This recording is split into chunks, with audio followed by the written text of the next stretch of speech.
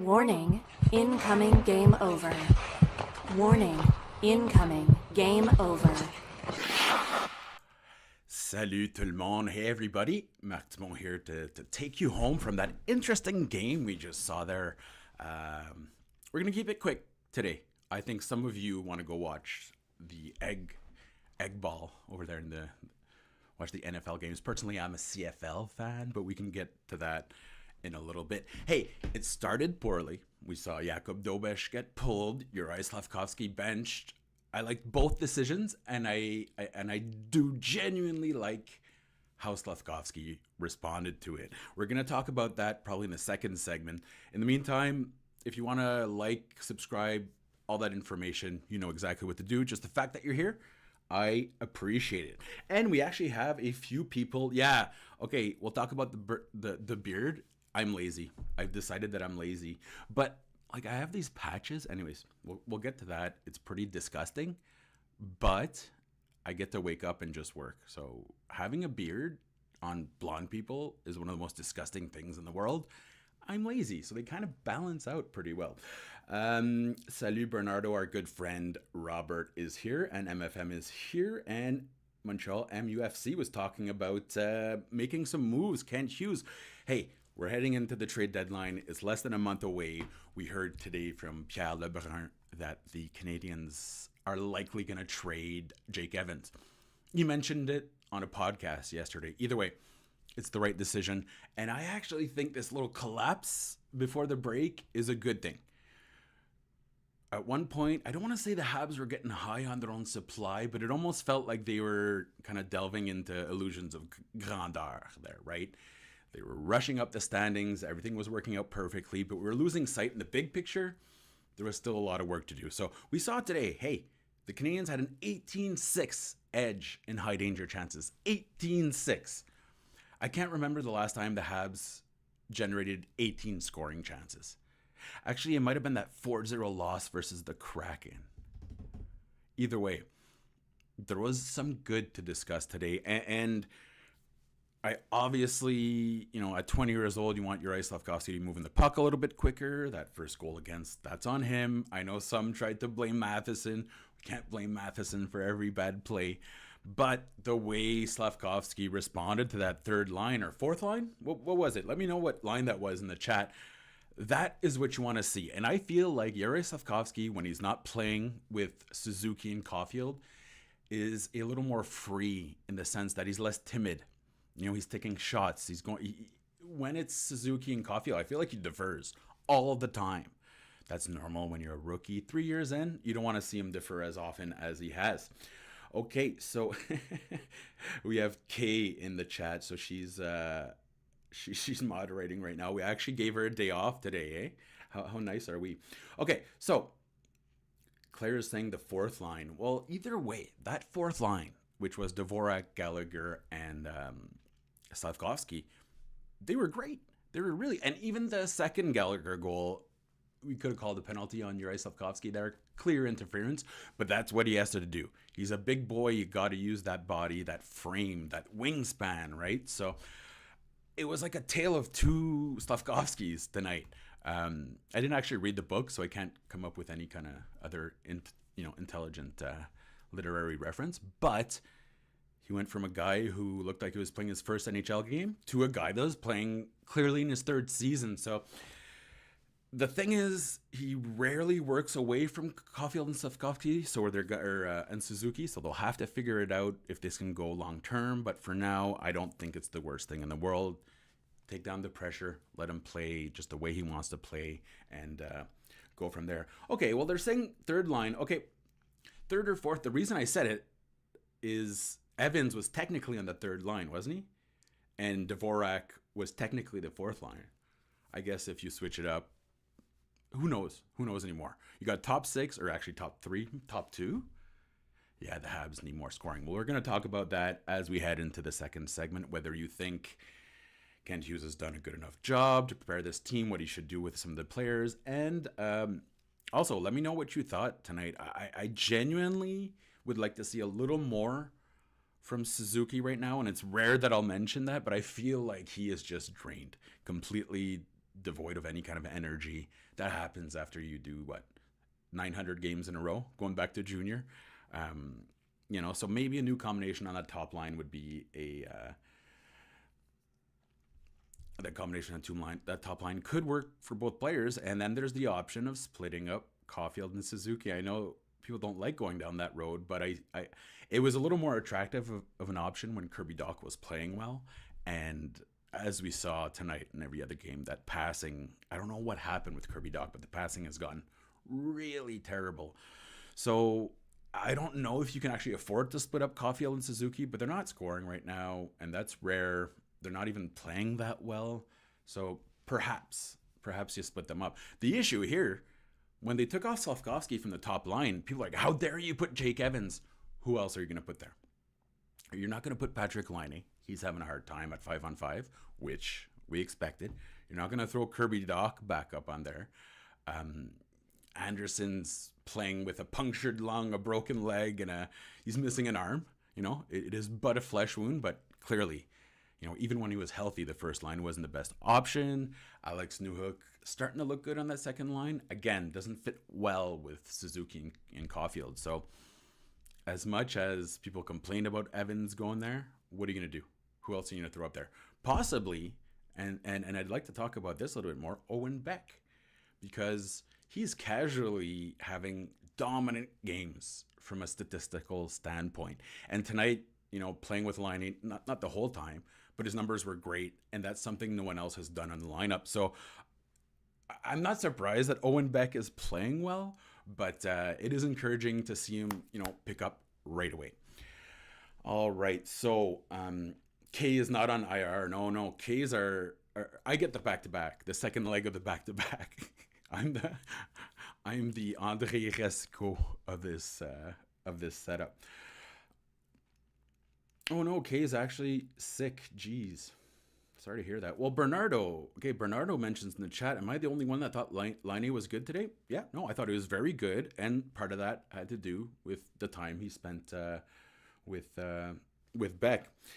Montreal MUFC is saying Kirby Dach is in need of a 14-day reconditioning stint in Laval. All right, so we're going to jump into our first segment, which I kind of crawled into or drunkenly fell into backwards. But before we get going, always make sure to check out our friends Kevin, Daphne, and Max at Hyperdrive Hockey. Tuesdays and Thursdays, recap the week, set you up for the next week. If you want to like and subscribe, we appreciate that too. Okay. Do we talk about, I'm giving it dealer's choice, Slafkovsky, Beck, or Dobesh? Who are we gonna tackle first? The first person to answer me or Doc, as MUFC brought up. I have some fairly strong thoughts about Doc right now. Going into this, we knew, I had even written, it's going to take all year for Doc and Laine to find the rhythm. And everyone said, cool, we'll be patient. It's really tough to be patient for 82 games. So to me, the rest of the year is kind of an audition for Patrick Laine. But as Bernardo mentioned, he looked good today. He looked engaged. The foot speed's not there. It's really, really not there right now. So, okay, Claire mentions Dobesh. Oh no, okay, well we got Dobesh, Slaf, Dobesh. So Bernardo says Dobesh to MFM Slaf. And MUFC Doc. Okay, we're gonna go Dobesh, Slafkovsky, Doc. I watched Dobesh, I wouldn't say every game. Lane Hudson's the only guy where I caught every game in the NCAA, but Jakob Dobesh, the reason I didn't catch every one of his games for Ohio State was that he played, I think, 2,300 minutes the first year, and his backup got 37 minutes. Okay, so he was the workhorse. And anytime he had a bad outing, which it was rare, but it happened, Dobesh bounced back. But you saw him on the bench today, right? He was clearly going through something right there. It's that kind of realization that maybe the honeymoon's over and you're going to get scored on. But if history dictates, Jakob Dobesh will bounce back with a very strong effort going forward. We've seen it in Laval too. Even this year, I feel like, he took such a big step forward. Now, the first goal against, that's Slafkovsky, that's weak on the puck. Let's be perfectly clear about that. The second goal against, again, poor decision-making from Lane Hudson. Now, we're talking about, I got excited there. We're talking about the two youngest guys in the lineup. I know it's different because Hudson's already scoring like an all-star and Slafkovsky was picked first overall, but they are the two youngest players in the lineup. So that's worth keeping in mind. What I would like to see with Dobesh a little bit more compared to what I'm used to seeing is maybe a little, not tentative in that, but maybe be a little more economical with your lateral transitions, and maybe it's so like confusing to try to criticize a goalie when I realized that yesterday I bought 2 pounds of Reese's Pieces and ate them in the same day. But I will say this, Dobesh has to maybe stay on your feet a little bit more than you have. The reverse VH is working fine because he's a tall goalie, but he doesn't have that lateral speed, right? So we saw today, that was he obviously didn't anticipate, well, that third goal, but he also caught an edge there, right? He was out of sorts. You could tell. To me, that was Martin St. Louis when he pulled them. That was a mercy pull for Martin St. Louis, just because, honestly, every goalie will have a bad game. Montembeault's had bad games, and we want to see St. Louis. He used his timeout, and he pulled his goalie. I thought those were both good reactions from St. Louis and the Slavs. I thought it was a good game from Martin St. Louis, minus the start there. So we'll go see what everyone is saying about Dobesh, but I like the fact that the shine is off a little bit. And it's all about expectations, right? Jakub Dobesh came in. We weren't expecting much. He dominated. Then people start expecting that. They go up and up and up. People started spitting on Montembeault's graves right away. Well, this is a reality check, not just for Montembeault, not for the goal, not for the coach either, for fans. He's not going to be the savior of the Montreal Canadiens. He's a really good piece, but I think in Montreal, we've been trained to kind of expect the goalie no matter what to bail him out, and the Carey Price days are over. So Jakub Dobesh dropping to what, 915? That's fine. It's still well above average, but it's a reality check so that no one expects him to put this entire team on his back. Okay, so yes. Well, since we're talking about Dobesh, as Trinka mentioned, Trinka's moderating, cool. Caden Primo, 10-0-0. That's his record in Laval right now. I took a lot of flack for defending Caden Primo, and it's that part didn't bother me that people were criticizing him. It was more the not recognizing how poorly the Habs developed him. But it also goes to show how consistency is crucial for goalies. When you know you're going to start, you have a much easier time preparing. Laval's been playing quite well, and they had, I was watching the other night, I think it was 3-1 right off the bat. They still came back and they won a big game. They just beat the Marlies. They're playing quite well. And a huge part of that is Caden Primo finding his confidence. That confidence was given to him by Pascal Vincent. So I think we have to give a lot of credit to Vincent for how he's running things on the farm. It's not just the goalie that bounced back. You're seeing Engstrom playing very important roles. Beck was playing an important role. Sean Farrell the other night, a guy who started on the fourth line, he's on the first line basically, scored a hat trick. Jared Davidson showing up and doing the most Jared Davidson of all things, which is one-timers, fights, and goals. That's what he does. I see Jared Davidson as a guy that I would throw on the fourth line as early as next year. Even Philippe Méchard is kind of finding his rhythm. So overall, I feel like even though this has been a frustrating little stretch for the Habs, the fact that the Laval Rocket are surging when they just got Roy back, but they lost a lot of their good players this year. They lost their starting goalie. Their top scoring defenseman is in the NHL. Their top scoring forward is also in the NHL. I think Roy might have had 1 or 2 points more than Beck, but either way, full marks to Pascal Vincent and everyone else that's playing well in Laval. And for once, it's not 60-year-old, mercenaries. No offense to JSDA there, but, you want players in the lineup that have a future with the team, and that's what's happening for Laval. And at the same time, you want more Jake Evans. Jake Evans? You want more players of the ilk of Jake Evans coming up through Laval. The Canadiens for the longest time had to pay to go get third, fourth line guys. It's supposed to come through Laval. So we're finally seeing, after 15 years, a normal farm team coming to the forefront, which is just absolutely great news for the Montreal Canadiens.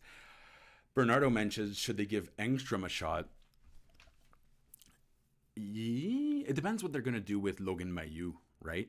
Um, Look, okay, he can't identify his own goalie in a police lineup, but Logan Mailloux is legitimately good in the offensive zone. You know what I mean? Like his shot selection. I know someone pushed back the other day and said that was bullshit. You know, he doesn't. No, he's really his shot selection is fantastic. He has a innate knowledge of whether it's a full shot, a low, low wrister, off the boards, pass back. Like he does that on purpose. When he's shooting 2 feet wide, he wants the puck. That's because there's too much chaos in front of the net. He wants it to bounce back in. He's talented in the offensive zone. So I think the Habs kind of want to see how much further they can push him. But pairing him with Mike Matheson, it could. Martin, I know you don't have a lot of roster options, but that is just one of the most like chaotic pairings you can come up with. So if they drop him back down, yes, I think maybe you give Engstrom a look. He can play on the left. He can play on the right. He has more professional experience than Lane Hudson, than Logan Mailloux, than everyone, or every one of the prospects. So yeah, at one point, I think you do. And you're all going to love Adam Engstrom. I know Lane Hudson does really cool things on defense. Adam Engstrom skates on clouds that are filled with silk and felt. He glides. He's just, some people, the way they skate, it's the kind of, you'd use that footage for an introduction of like Mystery Alaska, just carving the ice beautifully. That's Adam Engstrom. And he had more points than Logan Mailloux, last I checked. The other part is that, to finish my thought, Laval's done well with the adversity. At this point, I think you kind of start to look towards reinforcing them, right? Like at one point, someone will let me know if it already happened. I'm expecting Owen Beck to be sent back. It wouldn't surprise me if Jakub Dobesh gets sent back. 2 weeks, no hockey. He needs starts, so head there.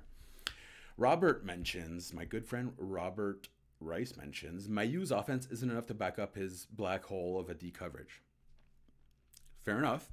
Now, what if I told you in his 5 or 6 games, Mailloux is like rocking like 60% Corsi and like 70% expected goal? His stats have been good.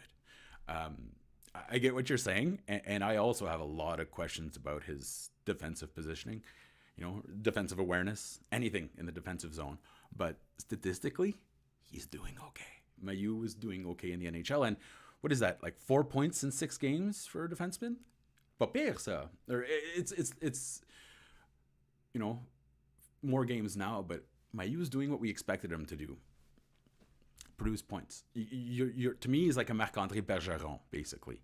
Like if you could come up with a specialty player that you're just using on the power play, that's Mailloux's job right there.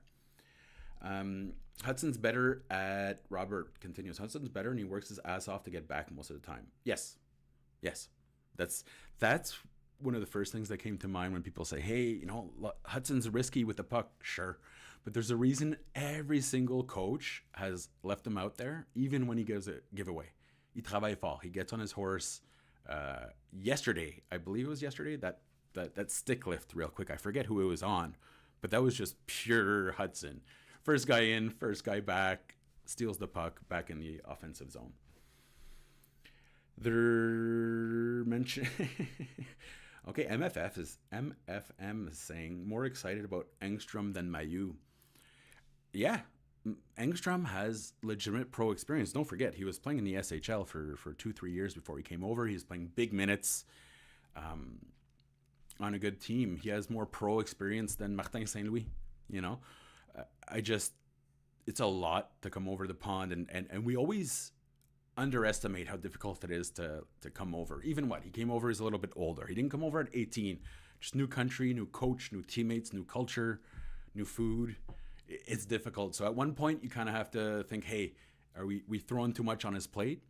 Like Owen Beck's a guy where they've thrown a ton on his plate and he could handle it, but it's still very difficult. It takes a certain type. So I'm not saying Engstrom is not built that way, but you do also have to, baby steps. It's a marathon, not a sprint. Kay is saying, fun fact, our friend Ian Boisvert Galley now has the most goals for Habs in a losing effort with 80 goals. That says a lot, doesn't it? I was going to laugh that off as a whatever stat, but that's That's Brendan Gallagher. Is it 80 goals in a... So most of his goals? Wow. Hey, it just goes to show when the shit hits the fan, Brendan Gallagher, he's your man.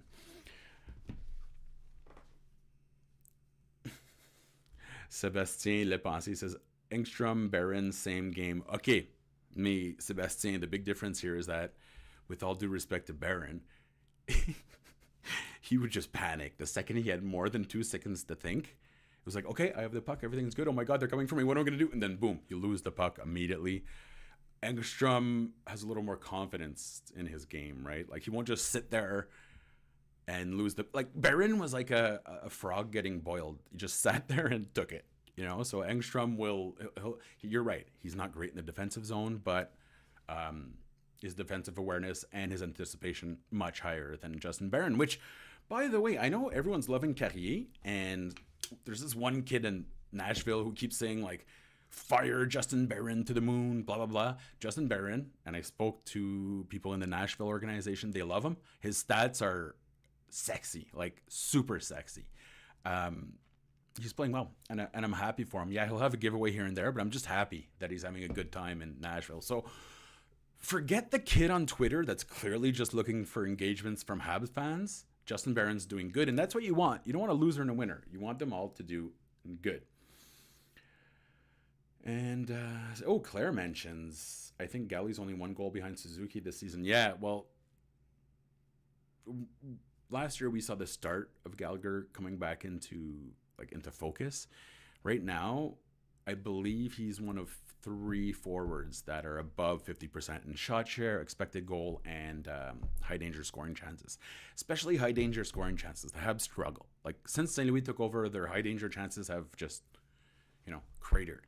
Like, it was 3-1 today. All 3 of those goals weren't just high danger chances. They were like high danger chances. So the fact that he's doing okay there, I think, is it's a pretty good sign. You're never going to get good value back from a guy like Gallagher. That's why you don't trade him, right? He's going to be your heart and soul guy. Yes, they're paying him for the past play, but last year when everyone started throwing Anderson and Gallagher in the same boat, it was like, whoa. WWT. Whoa, tabarnak. They're not the same player. Like, yes, Anderson works hard now, and I got to give him full credit, but Gallagher can still find the back of the net. So there's a significant difference there. All right, we're going to jump into the second segment. I believe we said Slavkovsky second, right? Did we go with Slavkovsky second, or was it... let's see here. Oh, and Doc third. And before we jump into that, Bernardo says that the Jack-Savard pairing drives me insane. I don't want to be mean, because like David Savard's doing what he can, but jeez, it's tough to watch. When Struble plays with David Savard, his stats suck. When Jack Guy plays with David Savard, his stats suck. When Lane Hudson played with David Savard, his stats sucked. When Mike Matheson played with David Savard, his stats sucked. When all of those guys were with someone else, magically, the numbers got better. I think there's a point of diminishing return with Savard where you say, yeah, he's good in the room. Well, right now he's bad on the ice, and he's hurting the development of young players. So we'll talk about Slavkovsky right now, but I also want people to start thinking about that trade deadline, because if I was of the mind that you don't trade Savard for a third, but at this point, it's hurting the team when he's on the ice. Like, Jack Guy isn't an all-star by any means, but his numbers away from Savard are above replacement. His numbers with Savard are below replacement. Like, he's not just under the ice there. He's chained to the bottom of the ice like some sort of Game of Thrones dragon. All right, so let's talk about Juraj Slavkovsky. Trinka's saying, I really need Slav to score because I have a really funny meme. That's what we want nowadays. That's the social media. I do it too. I have some waiting. Okay, I thought, first of all, you're right. You got to get rid of that puck. That I had someone comment like, oh, why is Matheson flying the zone? Because he had 45 minutes to get rid of that puck. Matheson's flying the zone because that is a guarantee. Even if you can't have a perfect pass. You get it out of your zone. You're 2 feet away. You have the puck. There's no one around you. Yeah, guys closed in quickly, but he had all the time in the world. So Matheson flying the zone, that was perfectly normal. But to me, that goes to show what he does a lot of times on the first line is he overthinks. He's overthinking it. He's kind of Justin Barroning it when he has the puck, right? Like it turns into a grenade. So I really loved his reaction to being demoted. And, everyone's going to stumble. Those valleys, everyone deals with them. It's how you rebound that dictates whether or not you'll make it to the peak, right? So I know I say this every show. Juraj Slafkovsky is the youngest guy in the lineup. So he's still learning, but this is, I wouldn't want to say repercussion, but a consequence. No, that's the same thing. A result of this guy was rushed into the NHL. And I know people took victory laps last year. Oh, Slafkovsky made it up to 20 goals. Yes, absolutely. It was great. I think he did that despite the tough usage and the poor development by the Canadiens. I genuinely feel it was poor development by the Canadiens. Go back to earlier in this year. At one point, Andrew mentioned how, the Columbus Blue Jackets, Pascal Vincent screwed up Fantilli. The Habs gave Slafkovsky 4 fewer minutes per game during his rookie season to Slafkovsky than the Blue Jackets gave to Fantilli, right? So if we're going to say Pascal Vincent messed up Fantilli, we're going to say Juraj Slafkovsky didn't have the best development from the Montreal Canadiens. They drafted him, said it's going to take time, and then immediately rushed him to the show. So we can't sit here and say, I know I keep saying it, he's young, but it's legitimate. You're allowed to criticize a guy after 3 years in the league. And that was the Kent Hughes method of forcing him in. I really don't understand why they did it. I don't think I'll ever understand.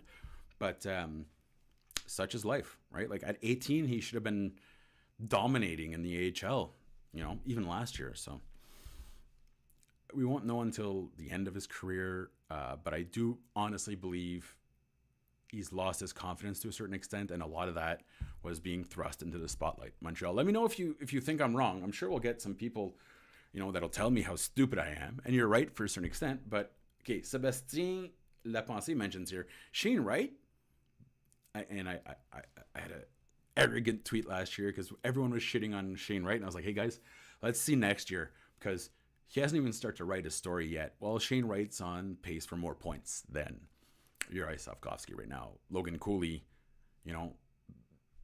obviously already much better talent than anyone, I think, in that class.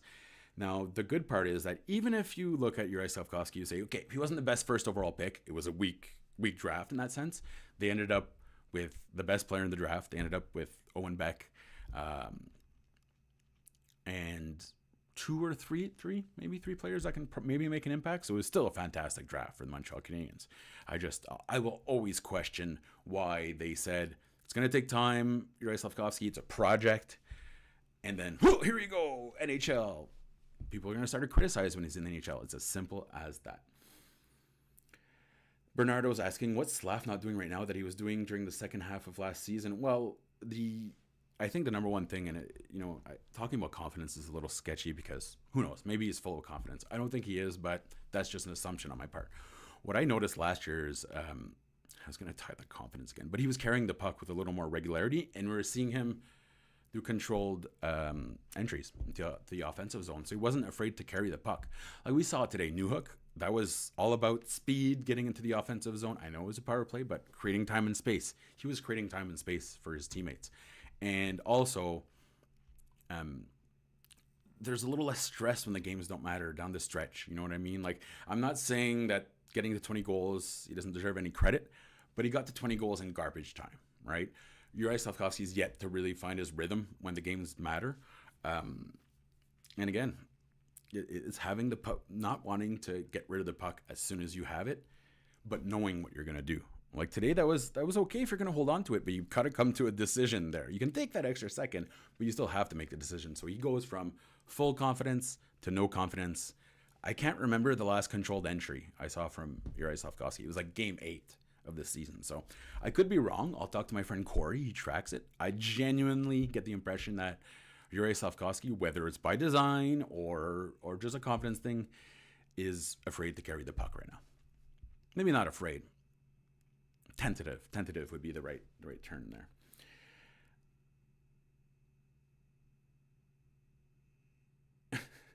Kay mentions last year we were talking about how there's a good chance Slaf was the right choice. Yeah, I don't know. I never said that, but It's because people are so weird when it comes to Slavkovsky, as if that, if you criticize him, it's like you're criticizing the whole franchise. If you're saying other guys are good, once you're the ultimate traitor to the Montreal Canadiens. I think that Slavkovsky was a good choice in the sense that you're taking a home run swing when, everyone else, you're looking at it's nothing but foul balls coming in here. Eventually you have to take a swing for the fence. There wasn't, we say Logan Cooley's been better. He wasn't talked about as number one, maybe two, maybe three.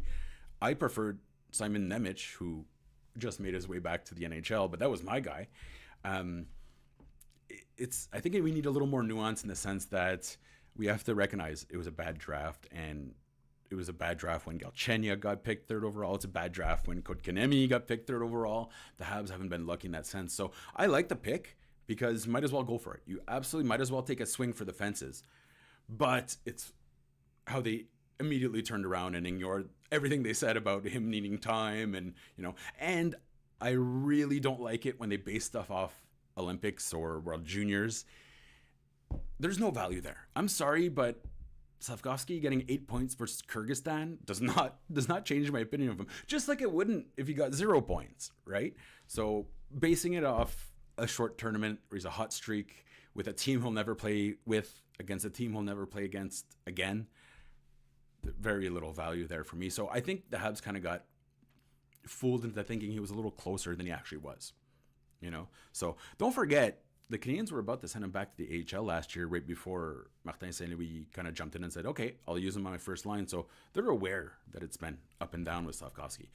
At this point, someone mentioned it that they want to Simon Laval.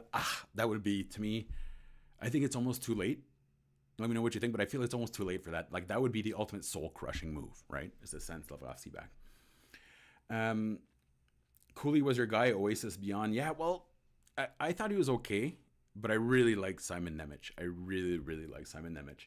But I'll I look so bad. Right before I was going live, I was working with the Habs at the time. It's right at the end. Like, I could feel everything was going terribly wrong with them.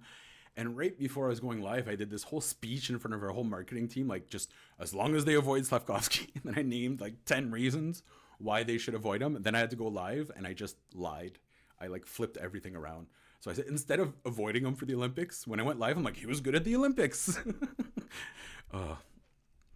Yeah, the things we'll do. So, yes, Slavkovsky may be questionable development, but as some mentioned here, Ivan Demidov, keeping him away from the Habs has been ebbs and flows. Rotten Roman, as I call him, the coach, terrible coach in the KHL.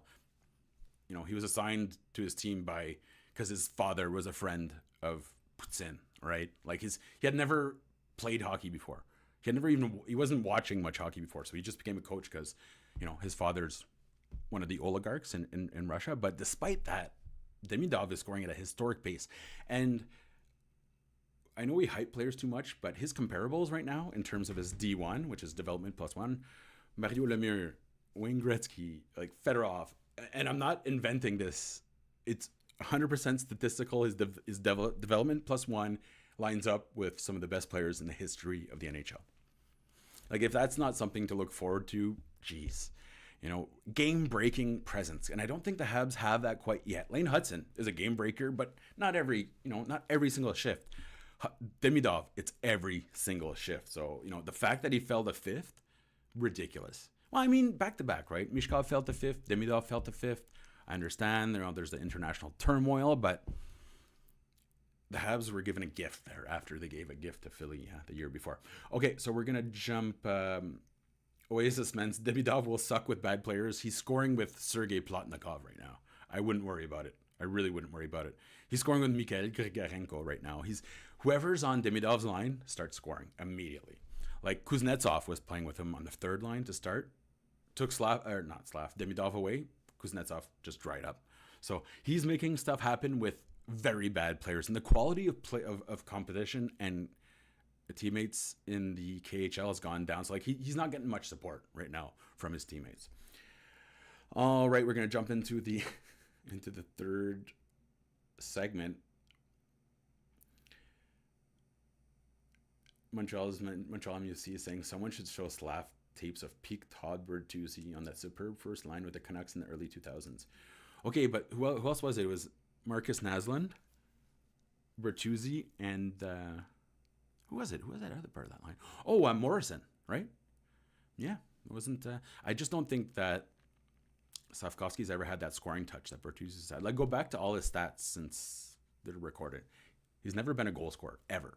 He's more of a playmaker. So, if he loses that part of his game, it's a big issue. But I just, today was Safkovsky, black, Safkovsky, white, complete different change, polar opposites from him. And seeing Brendan Gallagher at that age drive the play, if you're 20 years old and you see, the old guy, you got to go. You got to go. So it almost forced him.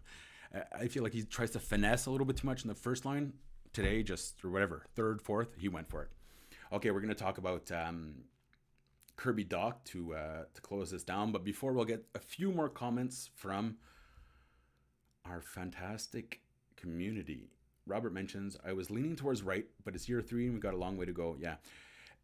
Yes. Okay, he mentions everyone's taking a victory lap every 3 months. Absolutely. Remember, Habs fans are taking a victory lap over Cooley, but right before that, Arizona, they tweeted out like, can't believe you passed up on this guy. Shane Wright wasn't even in the NHL. I was saying, yeah, Nemec was my guy. He went back to the AHL. So you're right. These things take a long, long, long time. And it's not the right person to use, but Guy Lafleur was called underwhelming in his first 3 years. Now he got to like 80 points, just to tell you how the standards were, but everyone goes through it. All right, for a third spend, we could talk about Dach, but Bernardo brings up a very interesting point, and I was just going, I don't want to ruin my article, but I am writing an article about the impact of losing Emil Heineman. What Heineman did quite well, in my opinion, was making the most out of every shift. You can put your fancy pants on and go disco dancing all night long, but eventually you just have to go straight to the net, get some shots, make a hit, make something try to happen, right? And Heineman, he left his fancy pants at home. He put on his jeans and he worked every single shooting opportunity. Heineman has taken it. Now, if you look at his shots per ice time, it's actually not that much higher than Safkovsky, which is crazy because Safkovsky is shooting less often than defensemen. But I mean, just looking at every single shift, there was something there. There was a hit. There was just skating hard. So Emil Heineman, the moment you took him away from Jake Evans, coincidence or not, Evans stopped producing at 5-on-5. It's not a coincidence. So with the report today that Jake Evans is likely to get traded, I think we can start to look towards a future without Jake Evans, which is, I know people like him, but it's absolutely fine. You don't pay $4 million for a fourth liner. It's as simple as that. It's a shame because he's a guy who's been with the organization for a while, but this is exactly how the script goes. Your guy's an impending free agent. You're going to get something at the deadline for desperate teams. Make it happen. I'm hearing a first rounder could also still be in play right now for the Montreal Canadiens for Jake Evans. I take that and I sprint. Now, I've heard that a lot, and it feels like teams are actually starting to move them around a little bit more. But if you can get a first, I don't care if it's 30th overall. You take that deal and you run. Early second, you take that deal and you run. The Habs don't need any more B-level prospects, though. That's my take on all this. They have too many of the Riley Kidneys, and I like Sean Farrell, but the guys that have potential but haven't quite shown it. The Habs need elite prospects. So as much as people say they don't need more picks, you always need more picks. You always need more picks, right? That's how they ended up getting Dach, how they ended up getting Newhook, how they ended up getting Michael Hage. You always need more draft picks. I don't want a first for this year, says Kay. Well, yeah, they're saying it's going to be a weak draft, but I feel like I hear that every single year. Weak, not weak. Last year it was going to be a super weak draft, and then all of a sudden it turned into a super strong draft. None of us know until 5 years later. Let's be perfectly honest.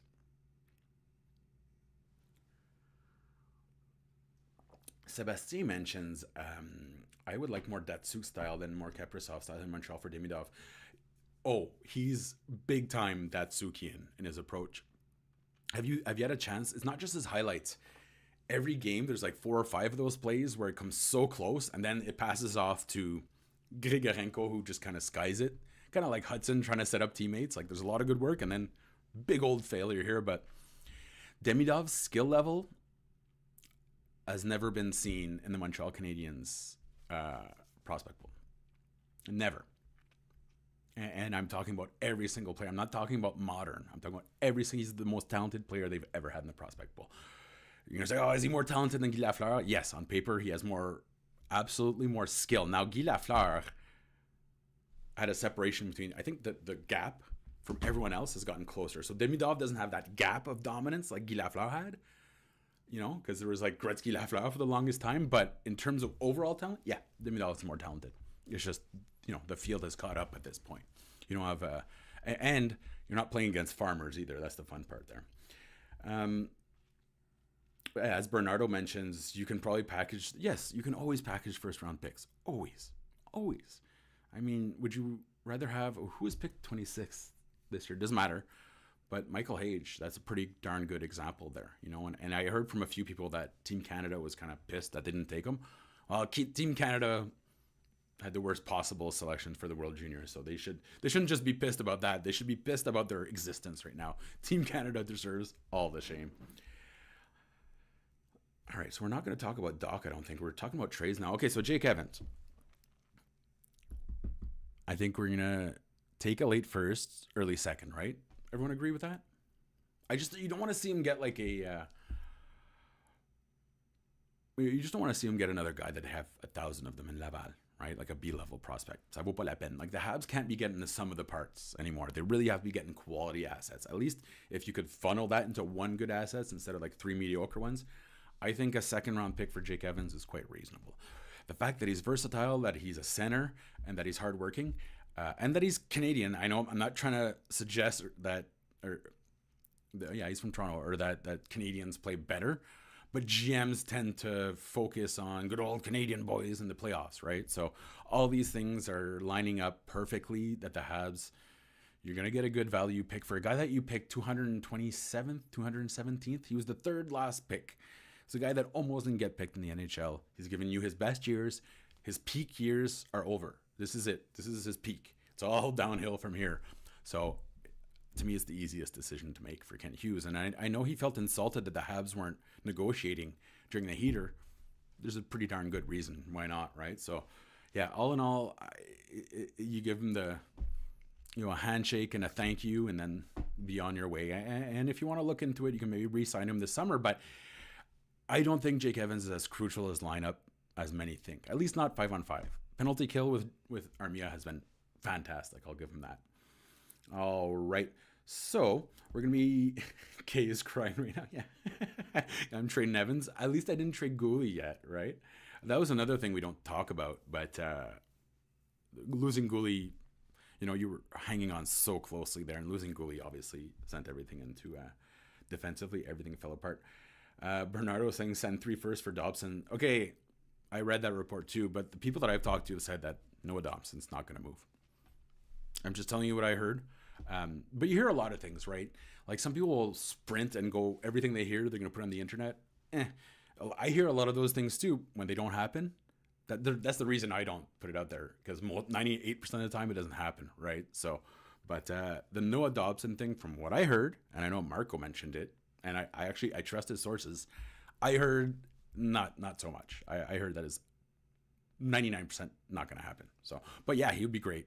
Reasonably priced. He's at that age. He's that hybrid. Yeah, a Noah Dobson would be fantastic. Okay.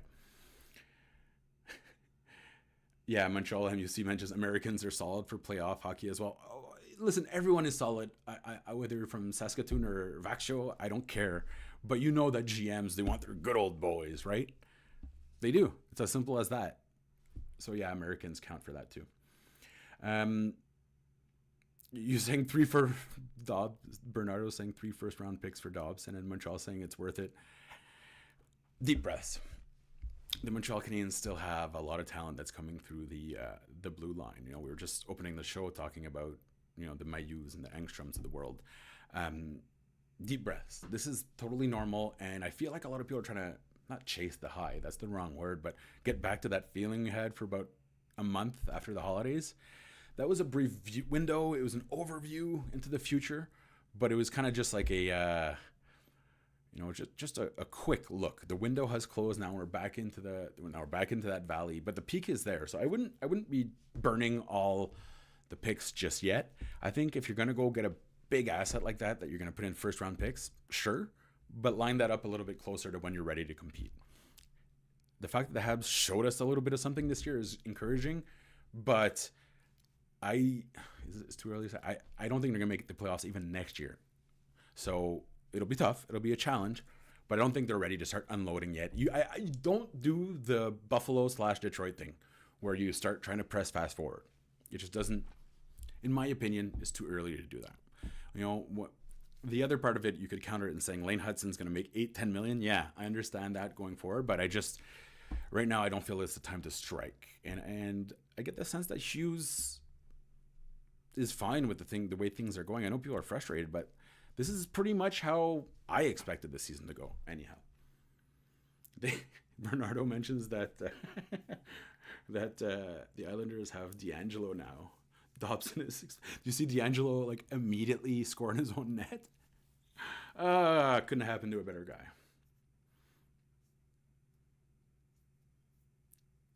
Marc from MFM, is there a chance for your guy Nemec to be traded to Montreal? Well, I do know that Fitzgerald has looked at the Canadiens quite often. They've been even when they were talking about Jake Allen, there was discussions about other players. I believe New Jersey's had someone at the Habs last 4 games, and they're interested in Jake Evans. So yeah, Evans for Dobson, 1 for 1. But you know what? I would tack on a first with Evans. Yes, absolutely. In that case, absolutely make it happen. But again, I really don't think the Noah Dobson thing's gonna materialize. That's my opinion. It's Lou, right? So you never know with Lou, but it makes literally no sense. It makes absolutely no sense. And they just sign him to an extension. We'll see. The thing is with these rumors and these reports, everyone loves them and I understand why, but no one keeps score at the end, right? That's all I'm saying is yes, I'm sure people heard stuff.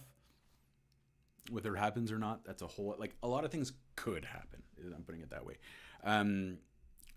Nemec, from what I heard, is they're not even close to losing faith on him. But we're seeing Jiricek already got traded. We're seeing teams are trying to move on a little quicker, right?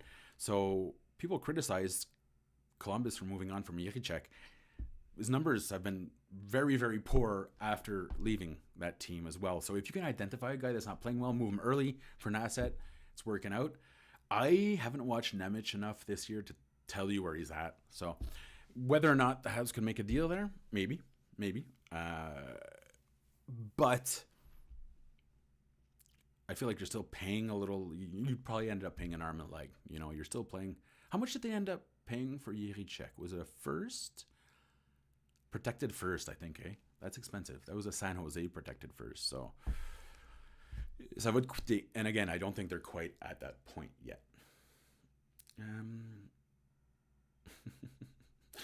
Robert mentions if they have D'Angelo, they have a month before Roy hangs him from the rafters of the arena. Yeah. I saw Patrick Roy give a interview the other day, and I was like, man, they massacred my boy. He seems so defeated right now. But that happens to a lot of good players when they get into coaching. I think Roy's proven, especially what he did with Quebec, with the Rempart, he can be a good coach, but it doesn't always necessarily translate, right? Who's Bernardo's saying he's an RFA this summer. Who is? Dobson? Didn't he just sign an extension? Who am I thinking about? Noah Dobson. Or maybe they were talking about extensions there. Oh, okay. Yeah, so they haven't actually. Okay, so he's at $4 million this year. Okay, I thought he had just signed. I'm absolutely wrong. Yeah, so he's probably due for a 7-8, right? The cap's going up. That's fine. You'd be able to absorb that, but don't forget Lane Hudson's going to be getting 8 or 10. So I don't know. Do you want 15 million, 2 guys? Might be worth it, but I just don't know if he's that premier guy quite yet. If you can get a deal with, if you're moving a guy like Jake Evans or Armia Dvorak, sure. I don't see a situation in which you can acquire him for a reasonable price. That's the way I look at it. Like the 3 first-round picks thing you mentioned earlier is kind of what you would realistically have to offer, in my opinion. I get trades done wrong all the time, but I really don't think that the Islanders are in any hurry unless it's a money thing. Sure. But them being far away, that happened. Like Jake Evans right now, what he asked and what the Habs offered, they're like miles apart or kilomètres apart. So, you know, everyone starts low, the team starts low, you start high, you make it there in the middle.